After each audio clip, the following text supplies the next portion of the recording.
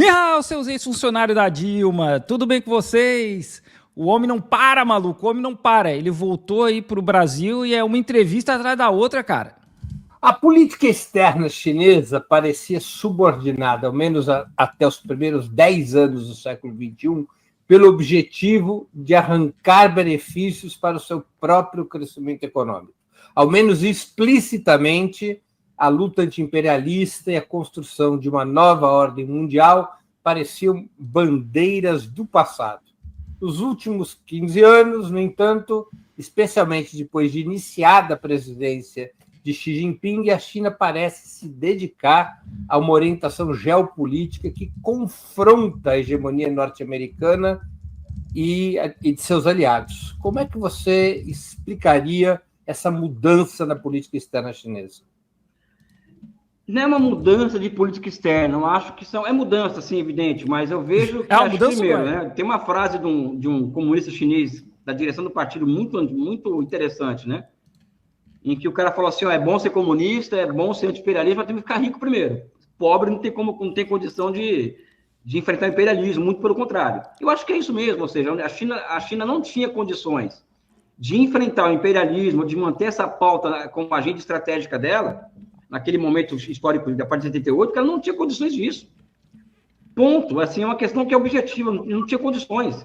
Ela preferiu perceber que não haveria uma terceira guerra mundial envolvendo o capitalismo e o socialismo e que existia um problema existencial para a República Popular, que é o quê? A transformação da China em um país rico. E que, como diria Deng Xiaoping, né? Capaz de mostrar ao terceiro mundo o caminho para a sua emancipação. Tem uma frase do Deng Xiaoping sobre isso. Quando nós atingimos os objetivos centenários do Partido Comunista, olha só, nós já estaremos mostrando para o terceiro mundo o caminho da sua libertação, sabe? Então, eu acredito particularmente que ela constrói uma base material imensa e, a partir dessa base material, ela pode mostrar ao mundo o caminho para a sua própria superação, ou seja, não... É assim, tem muita gente que me pergunta por que a China...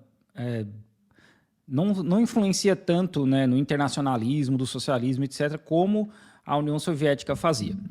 O que eu sei das pessoas com quem eu conversei dentro do partido é que, para eles entendem que a China precisa resolver os problemas internos primeiro. Só que, assim, problemas internos nunca vão acabar, sempre vão ter problema, né? Então, em que momento isso vai acontecer, né? Então, talvez, né, o que o Elias está explicando, o que eu estou entendendo, é que talvez a China, mostrando a prosperidade do país, a forma como o país evoluiu, tirou pessoas da pobreza e etc., isso mostre para outros países, olha, esse aqui é um caminho possível. Porque, obviamente, né, não tem como Ctrl-C, Ctrl-V no que a China fez e copiar no Brasil, sabe? Não dá, colar no Brasil, não tem como. A realidade é muito diferente, a forma como a sociedade aqui é construída é muito diferente do Brasil. Mas, pelo menos, mostra que tem como, né? Tem como a gente seguir um caminho diferente, né? A gente não precisa seguir o caminho da Europa, dos Estados Unidos, né? Dessa economia liberal aí que não dá em nada. Não existiriam essas experiências bolivarianas, como nós, aqui na América Latina, não existiriam essas experiências novas na África, sem a China. Esse é um ponto primordial, né? Isso é verdade também. Então, acho que existe uma mudança de orientação que tem a ver também com a necessidade da China enfrentar globalmente a hegemonia americana. A partir do quê? A partir da exportação de capitais. Ou seja, a China ela parte de uma guerra econômica aos americanos, uma guerra comercial, que o Lenin já colocava isso. O Lenin falava o seguinte, olha, é no campo do comércio que nós vamos vencê-los, ou seja, nós vamos ter que trazê-los para o campo do comércio planificado. E ao trazer esses caras para o campo do comércio planificado é que nós vamos vencer essa luta de classe em âmbito mundial. A China seguiu isso à risca. Né? Então, acho eu, Breno, que os chineses eles tiveram uma sabedoria imensa em transferir a guerra ideológica e tal pela guerra comercial. E é o que está acontecendo, né? Ou seja, a mudança de orientação é muito isso, ou seja, a iniciativa Cinturão em Rota, né? Não existe nada mais anti-imperialista do que isso, do meu ponto de vista. Né?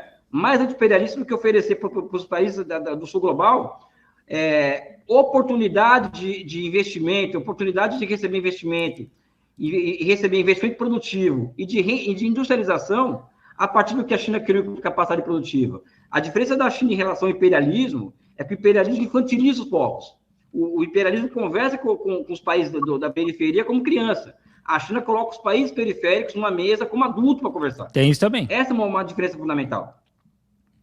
Elias, como é que você avalia a posição chinesa sobre 3 grandes temas internacionais? A guerra na Ucrânia, a questão palestina e a solidariedade internacional com Venezuela e Cuba.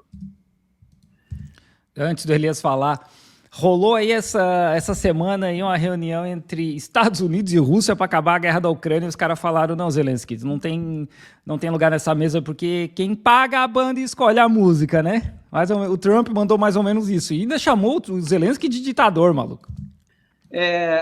Em relação à guerra da Ucrânia, a China ela tem uma prática que é de apoiar a Rússia do seu jeito. Então, a Rússia não teria essa capacidade de construir esse arsenal militar sem a China, sem né? Os chips chineses, por exemplo. Vou dar aqui um exemplo. Se a China parar de exportar chips para a Rússia, aquilo acaba, né? Aquilo não vai para frente. Ela declara uma aliança sem limites alguns dias antes ou alguns dias depois do início do conflito. Foi depois, né? Me lembro, foi depois. E a China continuou com imensos investimentos na Rússia, mesmo após o conflito. O que você não ouviu dos chineses é uma declaração peremptória sobre a Rússia, de apoio à Rússia. Eles são muito mais nesse aspecto práticos do que falar à torta direito. Então, acho que é uma posição correta. Palestina, a mesma coisa, né? Eu acho que a posição chinesa em relação à Palestina é uma relação que também tem que levar em consideração a postura dos Estados Unidos, né? Ou seja, porque a China observa, cada passo que ela dá observando a postura dos Estados Unidos. Mas assim, a China, ela fala, olha, Palestina é dos palestinos, Gaza é dos palestinos. Mas falar, qualquer um fala, eu também falo, né? E ao mesmo tempo a China continua fazendo negócio com Israel. Então, falar, qualquer um fala, e a ação, e a realidade, né? E a materialidade da parada. A China vai fazer alguma coisa? Se o Trump chegar e falar, nós vamos tomar a faixa de Gaza e construir uma Trump Tower aqui, um campo de golfe gigante, a China vai fazer alguma coisa? Ou só vai fazer nota de repúdio? Então a China se coloca na defesa de uma Palestina livre, coloca o direito à rebelião como direito intrínseco aos povos, acho que isso foi declarado na ONU, inclusive, né? Pelo embaixador chinês da China na ONU, ou seja, a Palestina, o direito aos povos, a rebelião, que ele falou claramente isso, para justificar a contraofensiva do povo palestino contra a ocupação israelense em outubro. Isso aí é o que eles chamam de Tianmin. Tianmin é o mandato celestial. Lá na dinastia Qin, o primeiro cara que foi o imperador da dinastia Qin, o primeiro imperador da China, isso são 2000 não sei quantos anos atrás, eles tiveram essa ideia do mandato celestial porque tinha 5 planetas alinhados, aí depois o cometa Halley passou por aqui e o reinado que estava vindo antes estava indo para o buraco. Aí os caras viram isso e falaram, olha, isso é um sinal dos deuses, né, que a gente tem que fazer alguma coisa. E eles fizeram alguma coisa, tomaram o poder, os caras criaram a dinastia Qin, que ficou no poder por uns 800 anos, se eu não me engano, se eu não estou confundindo os números aqui. Então, desde essa época, a China tem isso de desafiar o poder, caso eles vejam que tem alguma coisa errada. E isso aconteceu várias vezes na história da China. O primeiro imperador da dinastia Ming era uma pessoa em situação de rua que foi crescendo, e em dado momento o cara tinha bastante poder militar e tomou o poder. Porque eles enxergaram que o país estava indo para o buraco, que os deuses tinham acabado com o mandato celestial e que eles podiam tomar esse poder. Então, isso dos povos se revoltarem e poderem tomar o poder, isso vem da China, tipo, sei lá, 2, 3 mil anos atrás. Acho que é uns 3 mil. Outubro do ano passado, né? Enfim, Palestina, acho que é a justa opinião. Em relação a Cuba, eu acho muito tímido. Aí é uma opinião particular, eu acho que é uma postura muito tímida dos chineses em relação a Cuba, né? Eu entendo as razões chinesas, mas eu acho que Cuba, como, por exemplo, um símbolo nosso aqui da América Latina, e mesmo como o Fidel Castro sendo um dos ídolos do Xi Jinping, né, segundo pessoas próximas, né? Acho que Cuba merecia um tratamento muito melhor do que ela tem dos chineses. Qual a explicação para essa pouca solidariedade chinesa a Cuba, na sua opinião? Eu acho que existe solidariedade. né? Existe, não é pouca, mas não é suficiente para manter aquilo de pé, né? Eu acho que existem vários motivos. Teve até agora, né? Acho que foi semanas atrás. Eu não lembro o que aconteceu em Cuba, que eles ficaram com um problema sério de energia elétrica, de geração de energia elétrica. A China simplesmente mandou equipamento para os caras para eles consertarem lá. Eu acredito que isso tem a ver com os Estados Unidos, né? Que é a mesma coisa do porquê que a China não ajuda tanto a Coreia do Norte. É a mesma coisa. Embargos, e se a China começar a trabalhar muito com esses países, a China vai perder o mercado dos Estados Unidos. Motivos. Primeiro que acho que quanto menos as zonas de atrito para os americanos, melhor os chineses. Quanto menos zonas de atrito, melhor para os chineses, né? Justamente. Né? E também tem a questão das burocracias chinesas também. Então, por exemplo, a China falou para os cubanos que eles seriam admitidos no banco de infraestruturas do Banco Mundial Chinês, né? Uhum. Só que Cuba não obedece, o Xi Jinping prometeu, só que Cuba não obedece os critérios para entrada no banco, né? Então ela não entrou, né? Não adiantou o Xi Jinping prometer, a burocracia lá embaixo, não tem condições, né?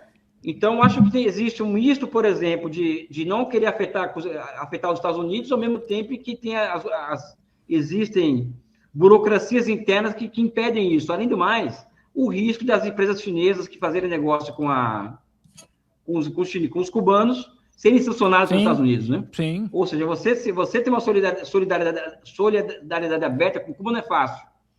A Rússia pode ter mais do que a China hoje, por exemplo, né? Mas eu não aprovo, eu acho que deveria ser mais ofensivo.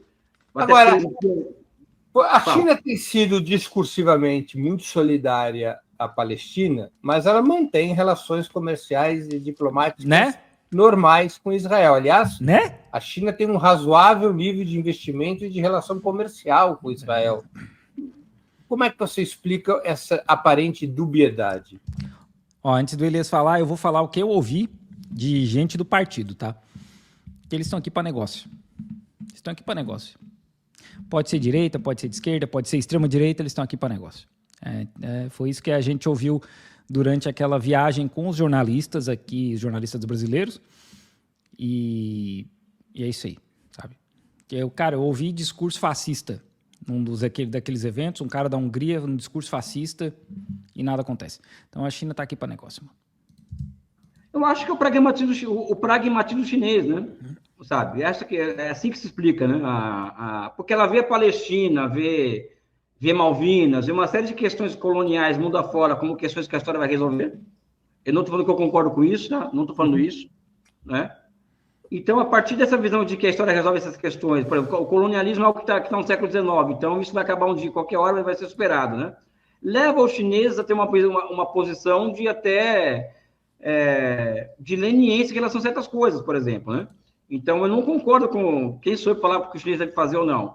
Mas não tem como ser solidário à Palestina, né? Mantendo relações comerciais com Israel, né? Porque você está alimentando a máquina de guerra com Israel. Né?